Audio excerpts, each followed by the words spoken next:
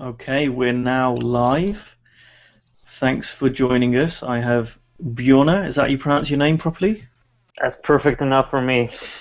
Okay, and Shyaam from India. Hi. Hi.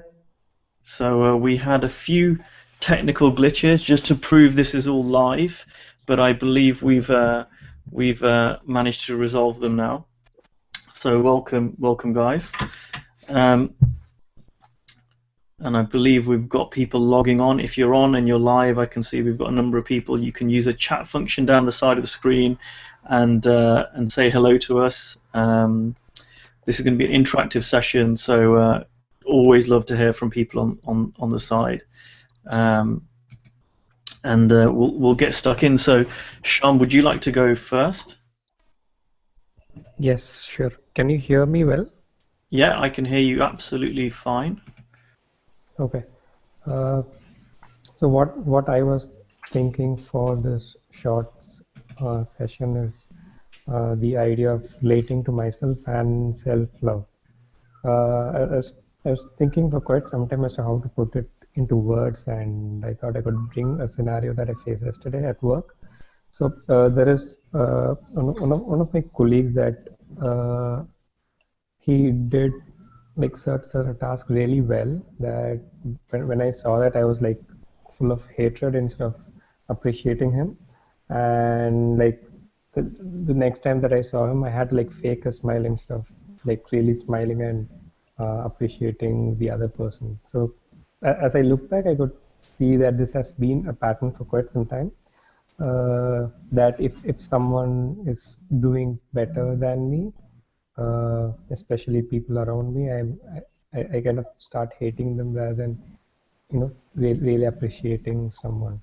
So I try to figure it out myself, and I see that it might be an aspect of self-love.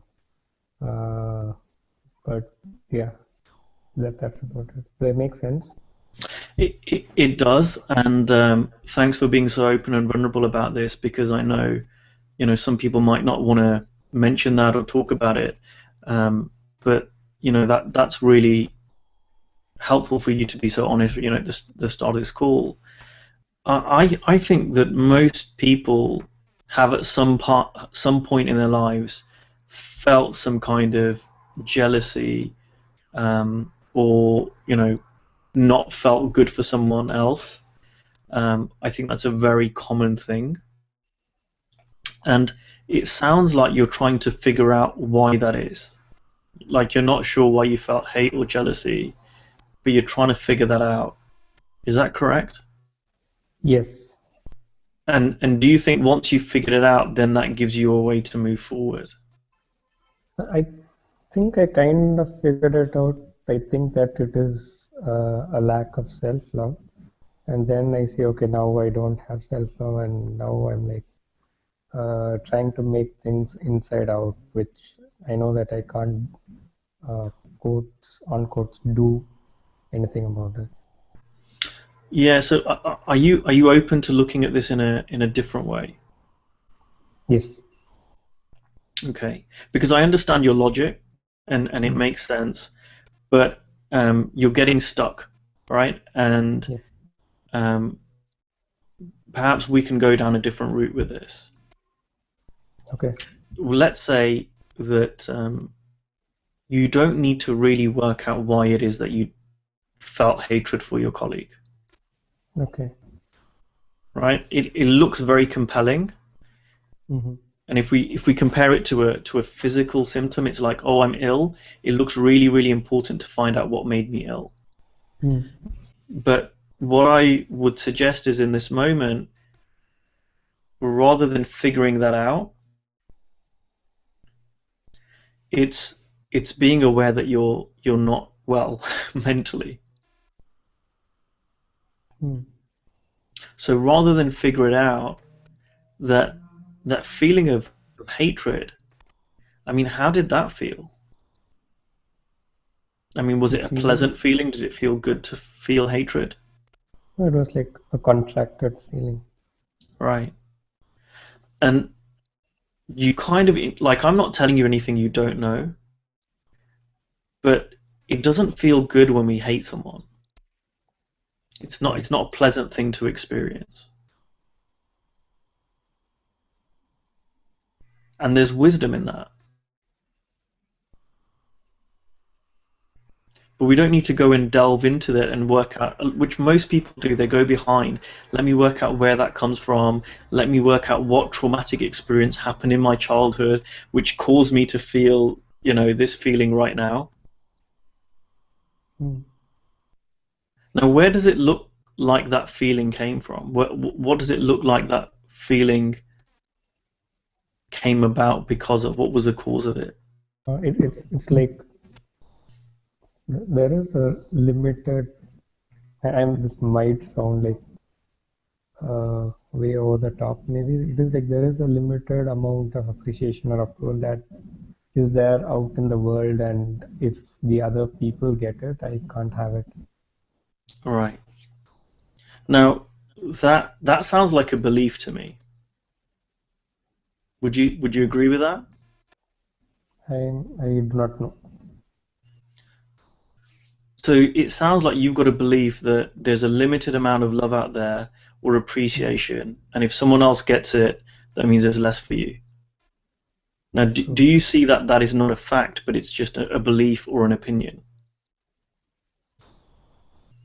I'm not sure I see that because I do not feel that there is uh, an unlimited source of love or something like that. Okay, so does it look like to you it's a fact that there's a limited amount of love out there?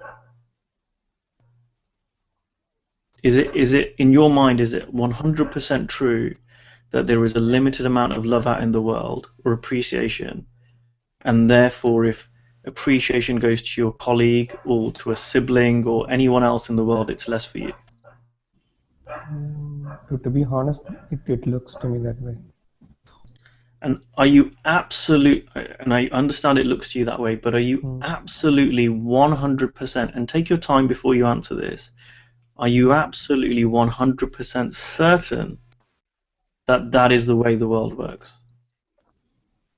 I'm not sure if that is the way the world works, but for me it seems that way. But I've seen other people who have a different worldview. Okay. So are you then open to the fact that this is a worldview, this is an opinion, it's not a fact? Even though it might look like fact to you, are you open to the fact that it might not be true?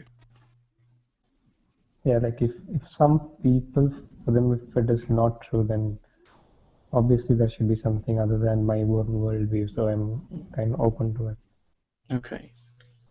So let's kind of play with this. Let's explore it. Now, imagine that is a belief or an opinion or a worldview, and it's not a fact, right? That belief or opinion or worldview can be, for our purposes, packaged up as thought, right? That is thought. It's a belief. It's a thought. Now, your feeling is a reflection of that thought. It cannot come from your colleague. Because if it came from your colleague and it didn't come from the worldview, everyone in your company would have felt exactly the same way.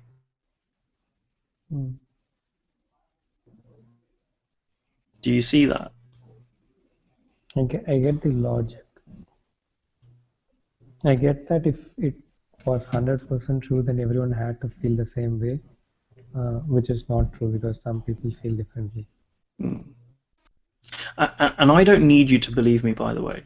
Right? I'm not trying to teach you. I just want to open you up to maybe looking at things slightly differently. And explore this for yourself. Explore for yourself. You can even think about it right now. If it was a fact, how would everyone else experience it? If it's not a fact, it's a worldview, it's a belief, it's a thought. Does that seem more accurate based on how everyone else responded, based on how you responded? Could you come again, please? what I'm asking you to explore is, how does it look like to you right now? Because you said you follow the logic, and I'm not asking you to believe me, but based on what you know right now, does it look like a fact, or does it look like an opinion? Based on the fact that everyone reacted differently to this guy. It looks like my perception of it. It looks that way to me too.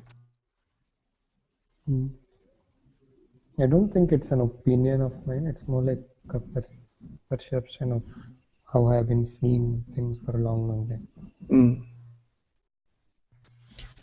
Now, if we can carry on a little bit deeper, are you okay to go a bit deeper with this? Yes. So let's kind of just jump a little bit to self-love. See, what you said before is that this is the way the world is, right? Or this is how I've experienced the world. Therefore, this is telling me I've got a lack of self-love. But if everything that you feel is experienced to you via thinking, via thought, via basically mental content, that's what thought is, it's mental content, then are you open to the possibility that self-love, not as an esoteric, oh, it's inside you, but self-love is only available to you also via thought?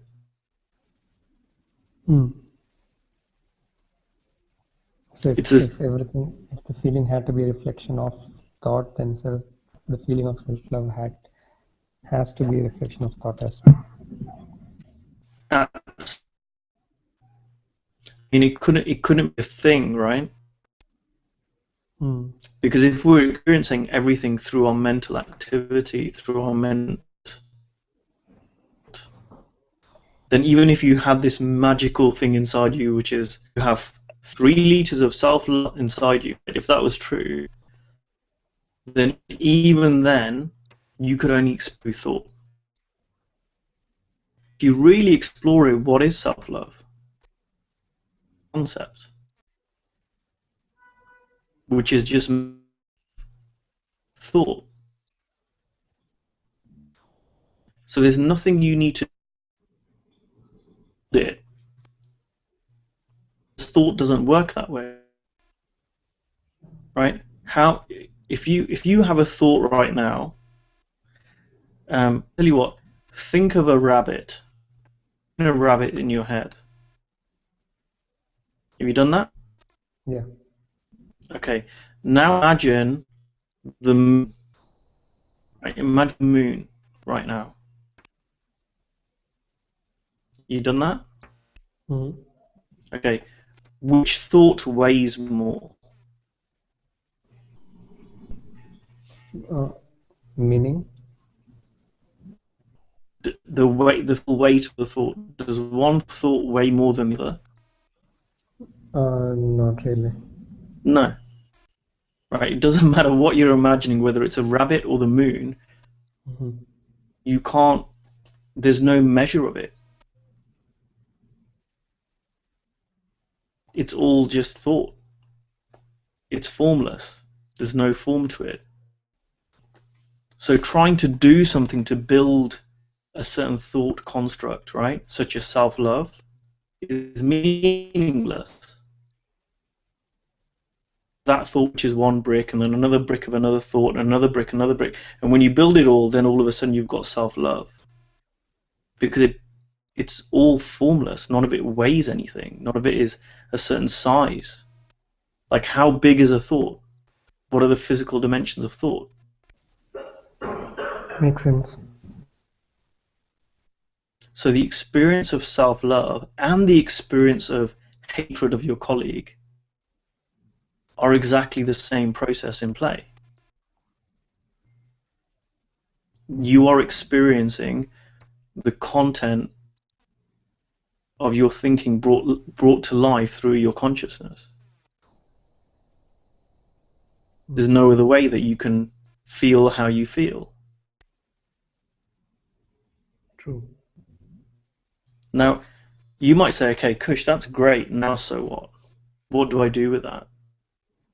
Right? Yeah.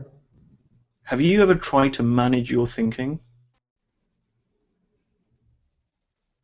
really hard work, right? If you try and even think positive all day, it's really hard work. It doesn't really work out. So trying to change your thinking to have less hatred and have more self-love, while very noble, have you ever had that work for you in the past? No. It's because it doesn't work. Maybe a temporary effect. Now, you might, okay, so you might be saying, okay, this is all great, so what do I do because I don't want to hate this guy? Well, True. you don't need to do anything. But what is happening through this conversation is you're getting a greater awareness of this feeling of hatred and where it's coming from. And do you now appreciate maybe more than you did? And I know this is a very short conversation, and normally I would go far longer with someone, but in this very short time we have, are you starting to see even a little bit more that the hatred that you felt for your colleague has got nothing to do with him or anything that happened to him? It's like I have 5% of appreciation now that I did not have previously. Could you just repeat that? It's like I have a little bit of appreciation that I did not have previously. See, as you get more awareness of this, automatically your behavior will start to change. This feeling of hatred will have less of a hold over you, because you don't need to hate him. You can be really, really happy for him. And by the way, if you are really, really happy for him, that's also a great way for you to experience more love and appreciation. But you don't need to even do that as a strategy. It will just start to make more sense for you not to hate him. It's like if you walk past something and you stub your toe. Have you ever stubbed your toe against like a chair or a table or something? It hurts. Yeah. You then don't need to do anything about it, you know? Most of the time it's just like, God, I stubbed my toe. You don't go and stub your toe again. But you have got more awareness of like, okay, I need to get a little bit of distance when I'm walking around this table, or I need to slow down. That's just obvious. Is this being helpful? Yes, of course. Yes. You by the way, you can say if it's not. It's like the worldview is slightly less hard than it used to be. Do I make sense? Yeah. Just for fun, what's the exact opposite worldview?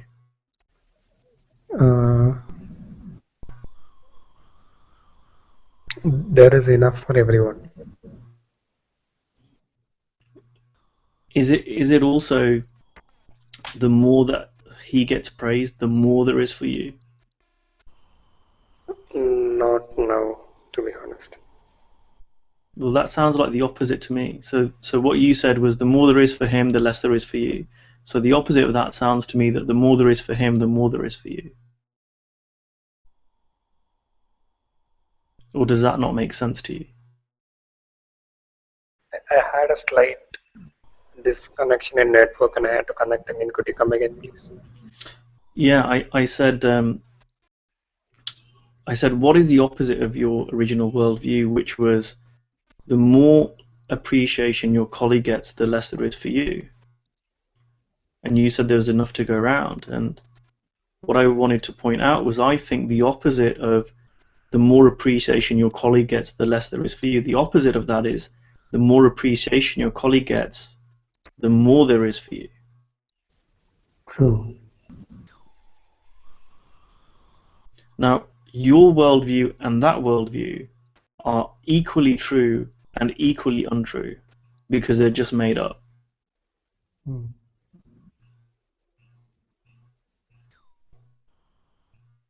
Now, can you think of any reasons why the more he is appreciated, the more appreciation there is available for you? Can you think of any reason why that might be true? Because like I could also do the task better, I could also have the same amount of quote unquote more appreciations. It might put other people in a good mood.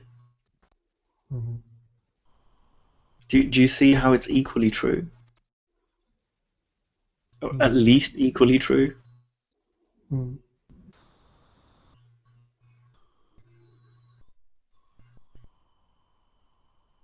See, if we had a longer time, I'd like to go deeper with you, but based on the limited time we have today, has that been helpful to you? Yes, it has been really helpful. Would you be open to a little challenge and playing with this? Sure. Would you be open to that next time anyone at your work is appreciated, you go and congratulate them? Sure. And will you let us know in the Powerful Men's group how you get on? Yeah, definitely. Cool. Well, thank you, Shyaam. Thank you for joining us. Just want to say hi to Niels, Madzi, Arthur, Yayati. Thanks for joining us. We started a few minutes late today with a few technical glitches. But who would like to go next? We've actually got 3 people today. We've got Bjornar and Steiner. For me, I'm fine with either going right now or. Well, since you're live, we're going to stick with you. Yeah, let's go. It's great being on here with you guys. Thank you for the opportunity, Ankush. No, great to have you with us, Bjornar, and looking forward to it. So, what would you like some coaching on today? And by the way, if anyone's got any questions or any thoughts on the side, please do put them in the chat panel about the coaching or anything. But over to you, Bjornar. I'm thinking that I'm in a little bit of a different experience of things than Shyaam right now, because I'm feeling a lot of love. I'm feeling actually really good with life. I'm super happy. I just got a new girlfriend who I love a lot, and I have many good ideas for my business, and things are going really well. But I've been thinking about, not trying to find a problem, but like what I'm genuinely want more of is basically the action taking of stuff, which is, I don't know, it's kind of weird because I know that the only thing that leads to taking action is taking action, sort of, and just probably, I don't know, recognizing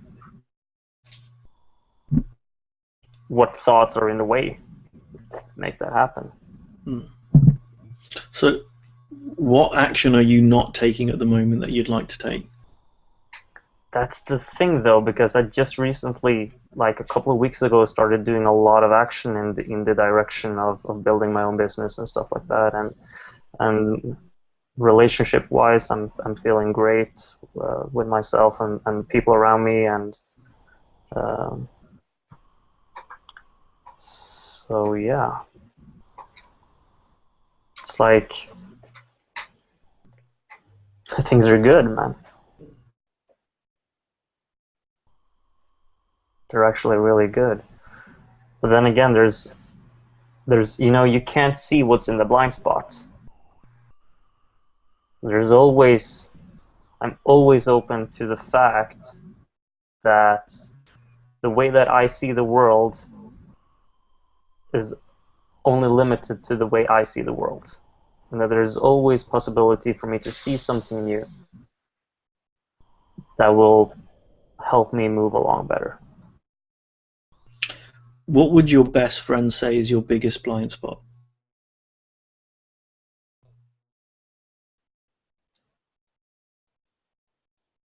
I'm thinking he probably would say that I'm too giving, that I don't you know that, for example, with my own coaching business, I've had a tendency in the past to give away a lot,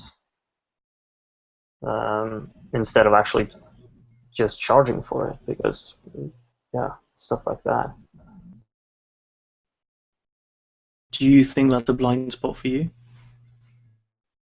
I'm thinking money is a blind spot for me, maybe. My relationship to money, I mean.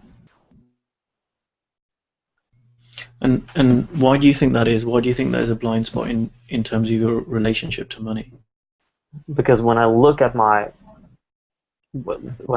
account, it doesn't have the amount of money that I want. Even though I get money, it just goes straight out, you know. I don't have that relationship to money that I used to have, or that I would like to have, so that I, get more stability, that I, saving money each month, so that I always have something to spare if I want to go on a holiday, like only 4 days or something, that I actually can afford to do stuff like that. And instead, I'm wanting that, but at the same time, I'm really enjoying using my money, going out with my friends, grabbing a couple of beers, being sociable, going out for dinners, doing stuff like that. So it's like... How much money would you like to have? Or what would you like your relationship with money to be like?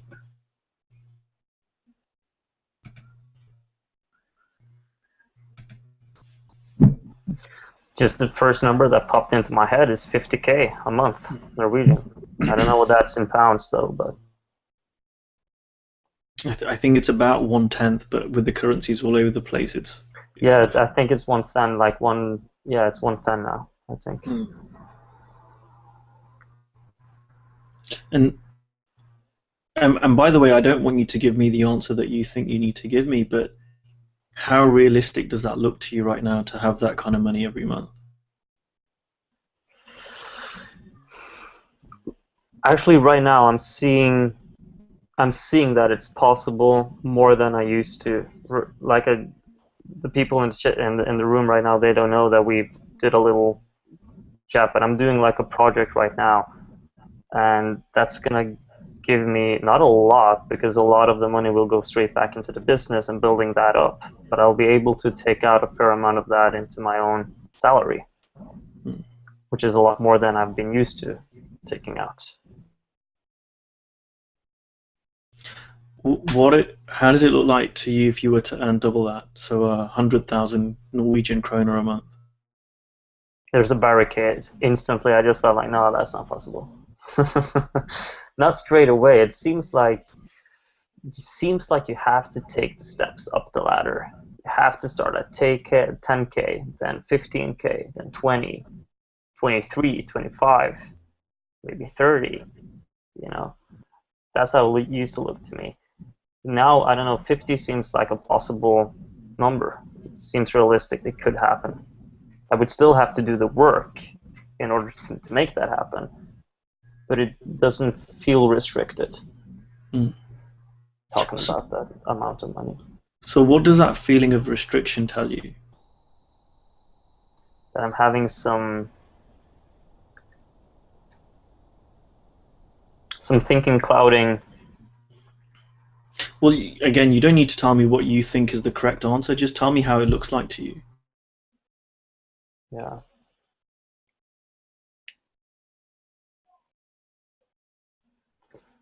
I don't know if what comes to mind right now is just like like a clenching in my. I get like a physical sensation, maybe. I don't know. I don't know what it looks like.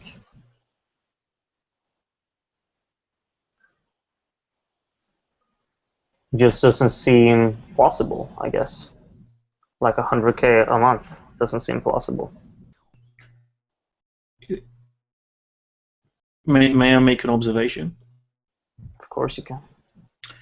It sounds like to me that you are interpreting the gut feeling, that clenching in your stomach, the not nice feeling, that contracted feeling. It sounds like you're interpreting that as a sign that it is not possible to make that kind of money. Am I right there? I think you are. See, I don't know how much money you will or will not make. But what I do know is that contracted feeling has got nothing to do with how much money you can or cannot make. It's got zero to do with it. And if you live in that misunderstanding, that will keep you small. And by the way, I'm not saying this as someone who's never felt that. I can say this because I had the exact same feeling. I used to feel like X amount of money was outside of my comfort zone, but it was okay. But any more than that, no. I had feelings of that's wrong. That would mean I'm greedy. Yeah. And what I hadn't seen was that was all made up. Why would this amount of money be acceptable, but as soon as you go over that limit, then that means that's wrong. That means something else. It's just a number.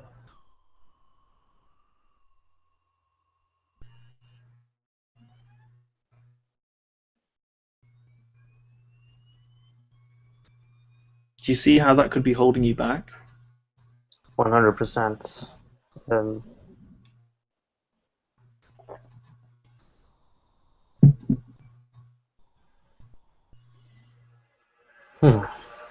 Should I interpret the feeling of feels like it's letting go? I don't know. Yeah.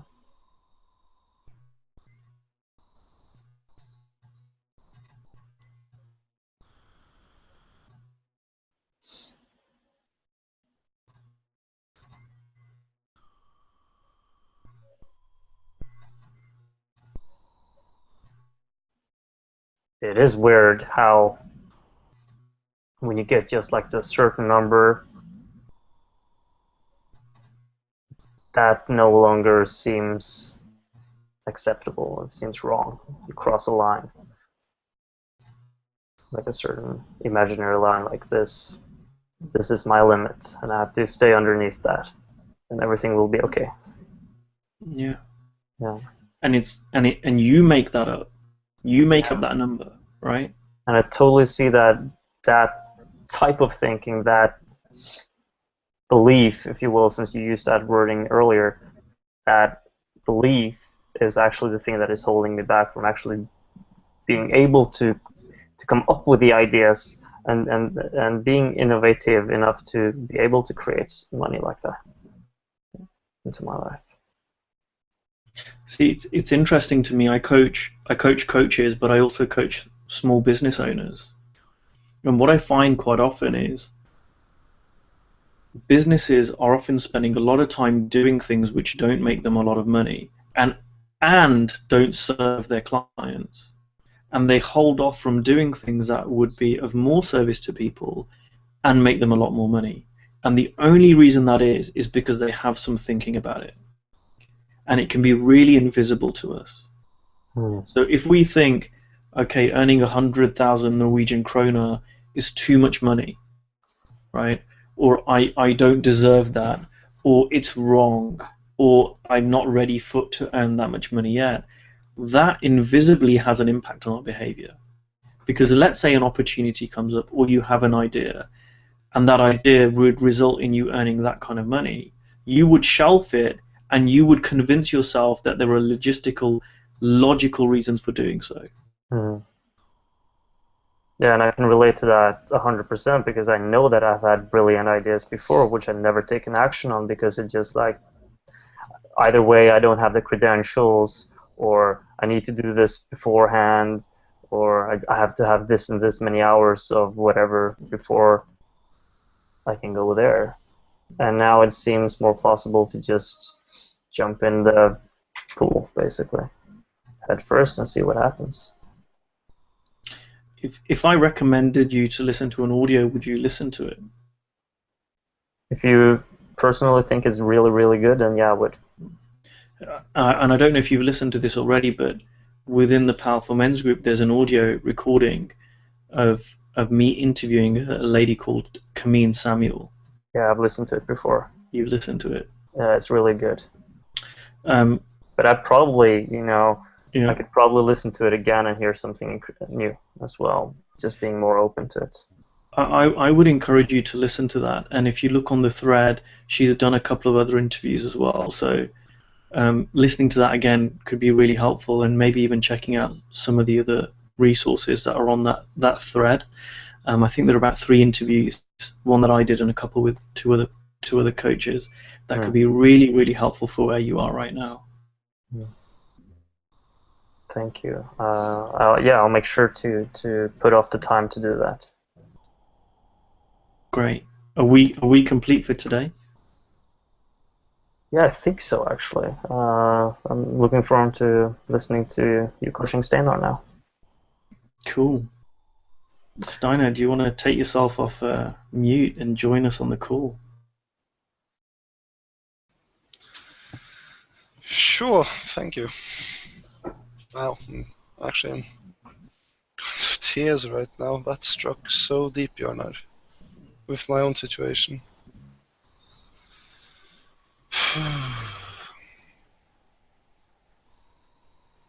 Yeah. The whole notion of I need to get there, do this,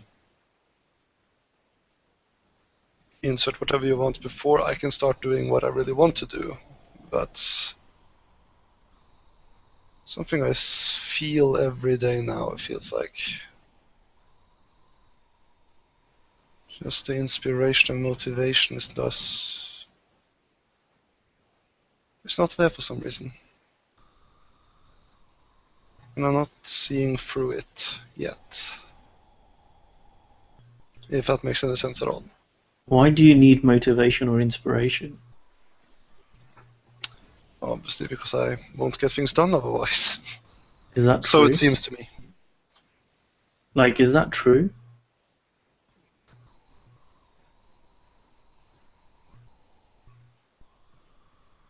It seems so to me right now, yes. What's your favorite flavor of ice cream? Probably strawberry. Do you like strawberry ice cream? Yeah. If I gave you some strawberry ice cream right now, would you need inspiration or motivation to eat it? No. Right. What's your favorite hobby?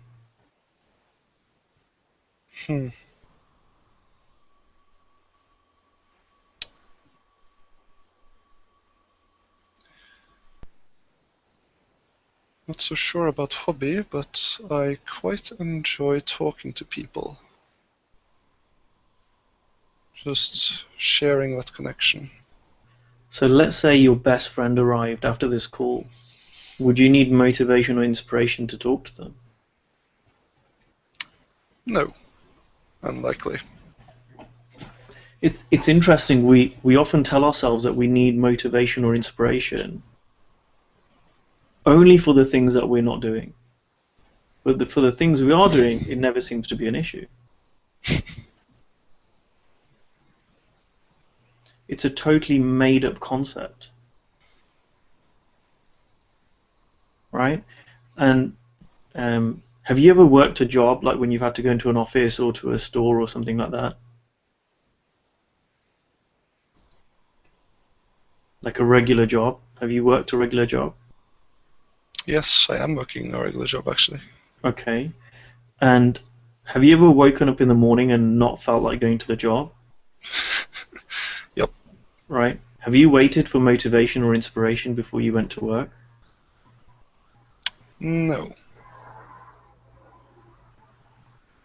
It's funny, isn't it, when there are certain parts of our life where we just know that that doesn't make sense, right?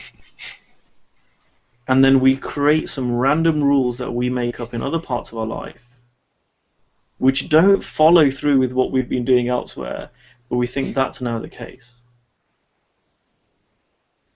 Like, would it make sense to you if you went to a coach, a sports coach, right, and said, hey, I really want to run a marathon. And they said, great. And they're a marathon coach expert, right? Like they help all the greats run marathons. And they say, sure, okay. And you say, right, I want to run this marathon. It's in 6 months' time. And they say, yeah, cool, we can do that. We'll get you a training schedule. And they write out, okay, so we're going to train, and we'll start small, and we'll build it up, and then we'll get you eating the right things, and we'll build it up, and then we'll go really, we'll build up to a pace, and then we'll put off just before the marathon, rest you up, and then you'll run a marathon, and you'll do it in 3 hours, right? And I know this is going to work because I've trained lots and lots of people. And would it make sense to you if you went to that coach and said, that's great, but what about inspiration? Right? They'd look at you like, what the hell are you talking about? You take these steps, you follow the program, and then you run the marathon. And imagine you said to them, well, what if I have a day where I don't feel motivated? Do I not need to do some motivation, concentration, meditation thing? You'd be like, no, just turn up at 6 o'clock in your gym clothes and your running gear. It wouldn't make sense, and you wouldn't ask that question because you know that, because it's very, very obvious in the physical realm. Like with sports, it's very, very obvious, but it's the same thing for anywhere in our lives. Like anyone that's ever gone to the gym knows you have times when you don't feel motivated to go to the gym, but then you go anyway, and once you get there, it feels great. Right? It looks like that feeling of demotivation, the feeling of, oh, I can't be asked, is telling us that, oh, we're not ready. But it never is, because when we've ignored that, it turns out all right. I mean, I'm sure the days where you felt like not going to work and you've gone to work, there have been times, maybe not every time, but I'm sure there have been times when you've gone to work and you actually had a pretty good day.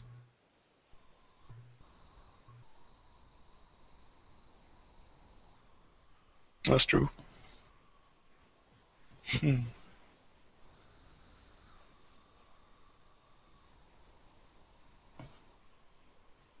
So what's really stopping me? My own thoughts, no doubt. Well, it's not your thoughts that are stopping you, because we all have thoughts. As far as I found, I've been looking, I've checked my whole head, but there's not an off switch. Right? It'd be great if I could just switch the thoughts off for even for a few minutes, but that's not on offer. The thoughts aren't stopping you because everyone does. Every Olympic champion has had thoughts of quitting. Right? Every top sports player has had thoughts of quitting and just not doing their training. Right? I'm sure every businessman who's successful has had their doubts and moments. I'm sure Steve Jobs did at times. Right? Every single person has that. It's not the thoughts or the feelings that are the problem, but it's the misinterpretation of them, right? It's the what? It's the misinterpretation. It's thinking that they mean something when they don't mean that. It's thinking that they mean something that they don't mean.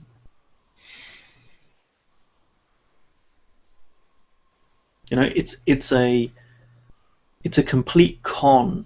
It's a lie that you need motivation or inspiration before you take action. It's a lie, and it will hold you back. It's not bad. It doesn't make you still lie. It's not true. And you already know that in parts of your life, as we just said and talked about. So your brain is really clever, because right now we've kind of removed the obstacle that's stopping you taking action, and what the brain does automatically is think, oh, well, what else is it? It must be something outside me, right? It must be something that I need to fix and change, because if you let go of that, guess what? You've got nowhere to hide. You've got no excuse anymore. Uh-oh. Exactly. And the ego hates that.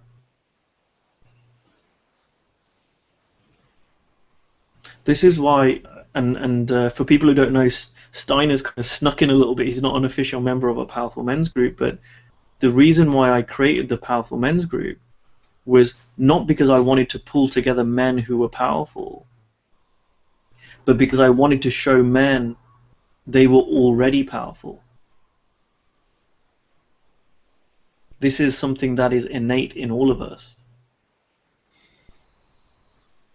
And it's just a little bit of misunderstanding that gets in our way. And as we start to remove some of that, it's incredible what shows up. You know, one of our members has implemented an idea in his workplace that potentially is going to save the company billions of dollars or euros. You know, we've had members who completely have some incredible situations happen in their relationship. Making an insane amount of money. Not because any of these things are good or bad, but just it's available to us. It's already there. And just misunderstanding or ego, whatever you want to call it, is in the way. And what I love about this group is the support that we give each other to show each other, hey, we're all powerful. And cut to Shyam's thing at the beginning, you know, there is no limitation. There's no limitation on love.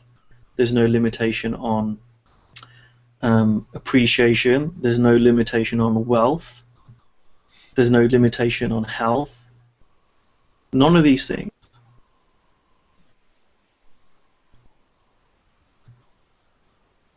You know, the thing that you can probably see in the background is my favorite poem, you know, by Marianne Williamson.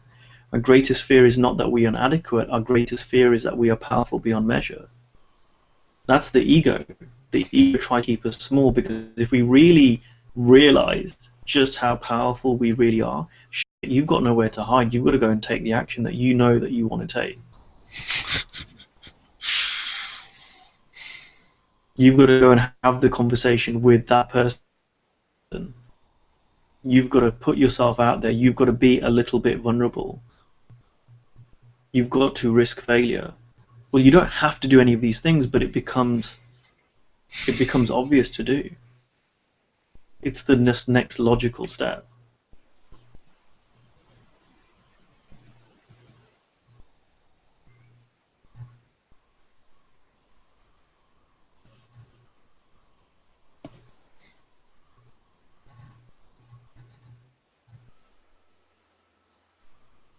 This is resonating with you, Steiner?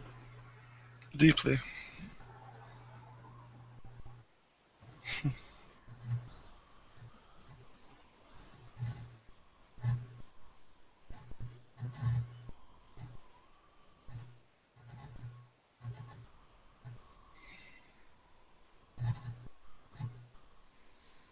I sometimes ask clients of mine that forget adding anything to you. Forget giving you more money, forget giving you a bigger network, forget changing your past or your parents or your upbringing. Forget any of that. Just exactly as you are right now. Imagine your potential. You decide this. Imagine your potential is 100%. Right now, without anything else changing, what percentage are you playing at?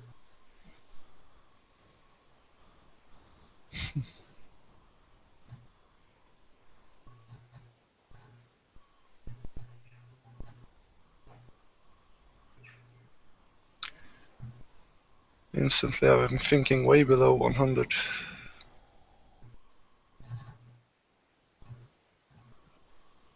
If you had to give a number, what would you give it? 60. So, inside of you, you already know, without anything else, this is just a very simple question, you already know that there's 40% more that you could be doing.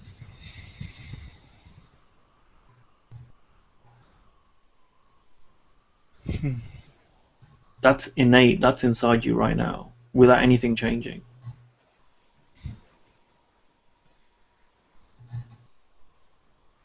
And the cool thing is, people that I know that have started to explore this and go further, that 60% starts to sort of shrink. And a lot of people come down to 20 or even 10% when they realize how small they were playing before. But even if we don't go down there, even if we stay at 60, there's a load of potential. There's a load of possibility out there. And there's nothing, literally nothing stopping you.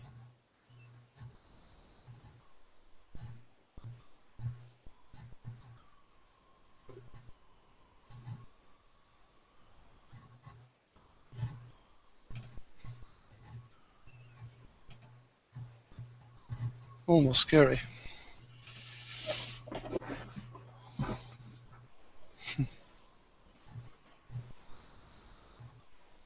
So I'm just aware of the time. Are you willing to go out and take some action in the next few days and weeks ahead, regardless of how you feel, just to test this out? Yes.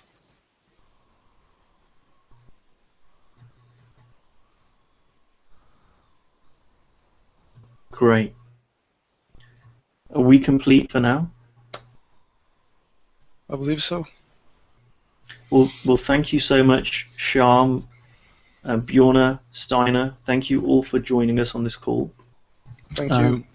It's worked out really, really well to have 3 people. I know we asked you to join at the last minute, but if anyone's got any questions on the call, I know Niels has said beautiful with a little smiley face. I've really enjoyed today. If there are any other questions or anything that comes up for the 3 of you in the next few days, feel free just to send me out a message. I will put this up in the Powerful Men's group. I know a load of people tend to watch these things on replay, but yeah, I really enjoyed that today. If people want to find out more, obviously you can contact me through Facebook or through my website, which is www.ankushjain, which is ANKUSHJAIN.co.uk. Thanks a lot, guys, and I will see people next time.